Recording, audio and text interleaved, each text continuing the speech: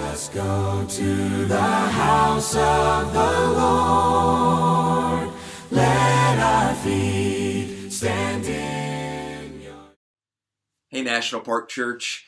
So glad that you've joined us for our Word of Wisdom Wednesday. It's a really hard thing. That's a mouthful to try to get out all at once. But so glad that you're here with us for this short devotional thought for us to reflect upon at this midweek period. But I hope that all of you have seen, either through email or on Facebook, the announcement about the in-person gatherings at National Parks Church Building. Until mid-January, the leadership team has decided that we will not have any worship services or classes or large church-sponsored activities at our building.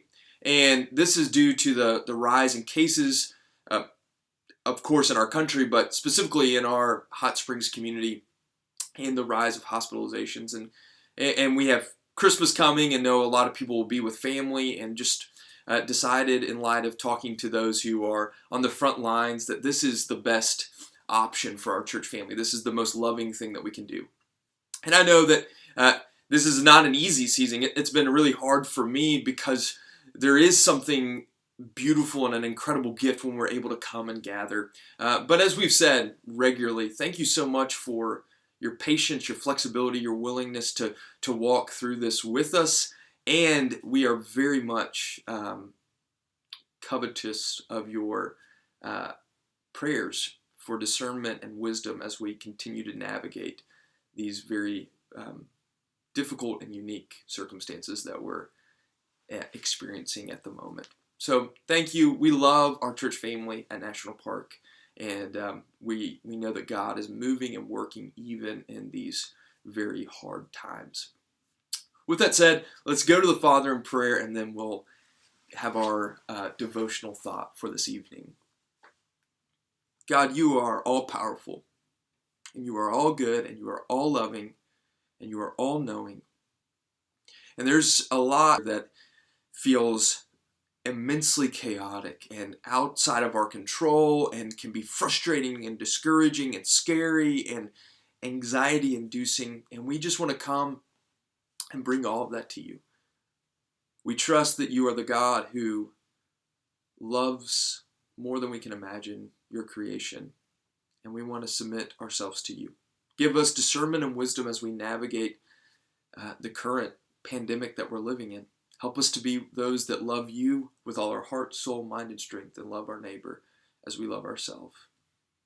Tonight, as we just look at your word for a brief moment, give us eyes to see what you want us to see, and ears to hear what you want us to hear. It's in your Son's name that we pray. Amen. So one thing that I've learned in the past little over 2.5 years since I've been at National Park Church is that I preach and teach a lot of the things that I wrestle with. That tends to be the things that I gravitate towards, because I'm intimately aware of a need to hear a word from God in those particular areas. And I think one theme that regularly comes up in my life that I wrestle with, and I think it's manifested itself in my preaching and teaching, has been this idea of seeking honor, seeking affirmation, seeking this kind of adoration from other people. And the way in which the Christian community is a peculiar community, because it's less about trying to accumulate all of those kinds of things for oneself, but instead you're thrown into a particular community where your ultimate goal is to be able to extend that to other people. And I think it's interesting, because we live in a world right now where people are very frustrated regularly because they feel like they're not appreciated, they feel like they're not valued, they feel like they're not respected. And I get that, and I think there's times where we need to speak up and say that this is not okay. But I also wonder if many of us have spent a lot of our lives being preoccupied with, why is Why are more people not focused on me? Why are people not seeing me? Why are people not affirming me? Why are people not praising me? And what we might find is that our preoccupation with that is connected to our being very frustrated, very discontented most of the time. Reflect with me just for a moment on maybe your past month.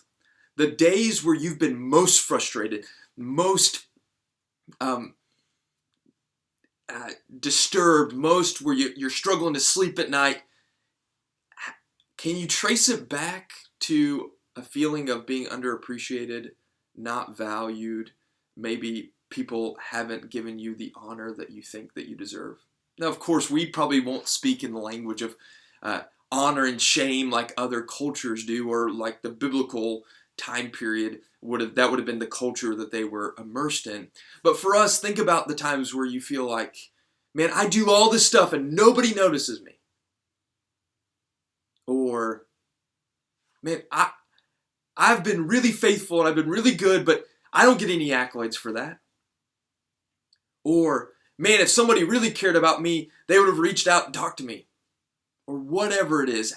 Have you had a moment recently where you felt like you were underappreciated and it gnawed at you and it ate at you?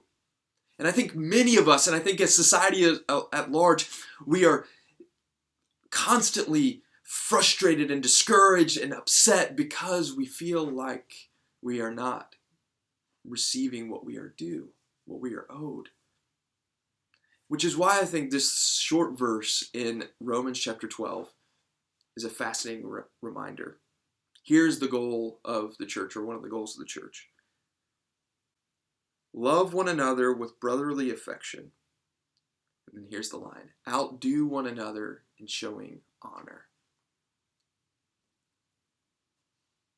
It's fascinating to me. I know that we know this intellectually. I know that we know this, probably this verse by heart. But Paul sets up a scenario where your existence in this community is not, how can I accumulate honor for myself? How can I make sure that I'm respected? How can I make sure that people acknowledge me? How can I, it's not self-preservation. It's not self kind of promotion. The goal is, how can I have eyes to see other people so that I can constantly speak honor into them? That's the peculiar nature of Jesus, right? A lot of his parables, a lot of his stories are saying, I'm flipping the order, because most of you think that the priority within his culture is, I want the best seat at the table, or as the apostles were arguing about, I want a seat of honor when you come into your kingdom, Jesus. And Jesus is trying to say, that's not the goal of my kingdom. The goal of my kingdom is to initiate you and empower you to honor other people, to serve other people. That the peculiar thing is, you think that these certain places of prestige and honor are what you should be seeking after, but actually my kingdom, the people that are of greatest value, of greatest significance, who represent what I'm trying to embody, are those that are not preoccupied with trying to secure those kind of places. Isn't it fascinating? The moments of my greatest joy, and I think that you would be able to say this too, are not moments where I'm preoccupied with myself, where I'm not offended with, well, why didn't they notice me? Why didn't they talk to me? Why didn't they say that to me? Why didn't I get praise for that? Oh, I put so much work into that. Why didn't more people acknowledge all the things that I've been doing? When I'm not preoccupied with that, are usually the moments of greatest joy. Usually the moments of greatest joy are when I'm poured into a particular activity I love, or a person I love, and I'm honoring them, and I'm seeing their joy, and I'm seeing their excitement, and I get to bless them. Those are usually the moments, at least in my life, and I assume in yours as well, that I'm most content. Isn't it interesting that the relationships that we connect with most, yes, we may really desire words of affirmation, but in the relationships we desire most, there is a kind of connectivity that gives us security, that we just love being in one another's presence, and we love to honor other people. I've said this before, like in Karen and I's relationship. What I've learned is, one of my greatest joys now is to be able to participate in something that Kara loves and enjoys. That being able to do that with her brings me as much joy as getting to do something that I love to do, because there's something profound and powerful about honoring her. I love those opportunities.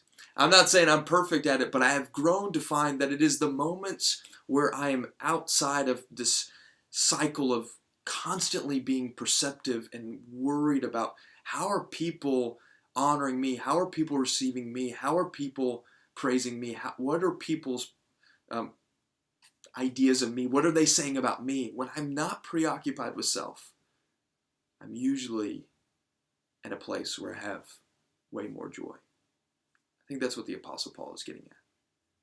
Live a life where you're preoccupied with trying to speak honor and words of life into other people.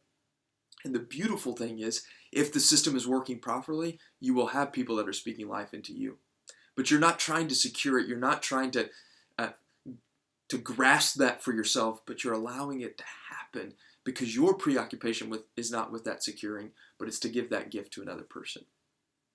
So I want to conclude with the word of wisdom for tonight is to give that up, but also be intentional about finding areas in other people's lives that you can honor. And here's the danger. Do not do it for the purpose of, well, I said that to them, so why didn't they do something back to me? Do not fall into the trap of actually trying to give honor to somebody else because you're subtly attempting to secure honor for yourself. Do it in an unreserved, complete, I want you to feel valuable and significant, and be intentional about seeing people in that manner. I know I've reflected on before, the gift of human beings is an incredible gift from God, and the uniqueness of human beings is an incredible gift from God. And I think we fail to enjoy a lot of the beauty that we can see in others because we are so self-absorbed. And I think if we follow the advice of the Apostle Paul, we will grow to find that joy is found in seeing the beauty and the giftedness and the areas that are deserving of honor in other people, and spending our life reflecting on those, being intentional about trying to find those and naming those. Because I can tell you, you can radically transform a community if that community is one that is built off of honoring one another. How many of us, our lives have been changed because someone was intentional enough about speaking life and speaking honor into our lives without us having to try to secure that for ourselves.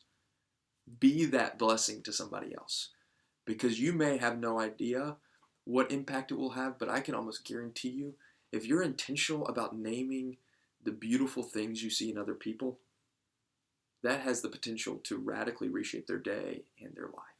So, word of wisdom, outdo one another in showing honor. Love you, National Park Church.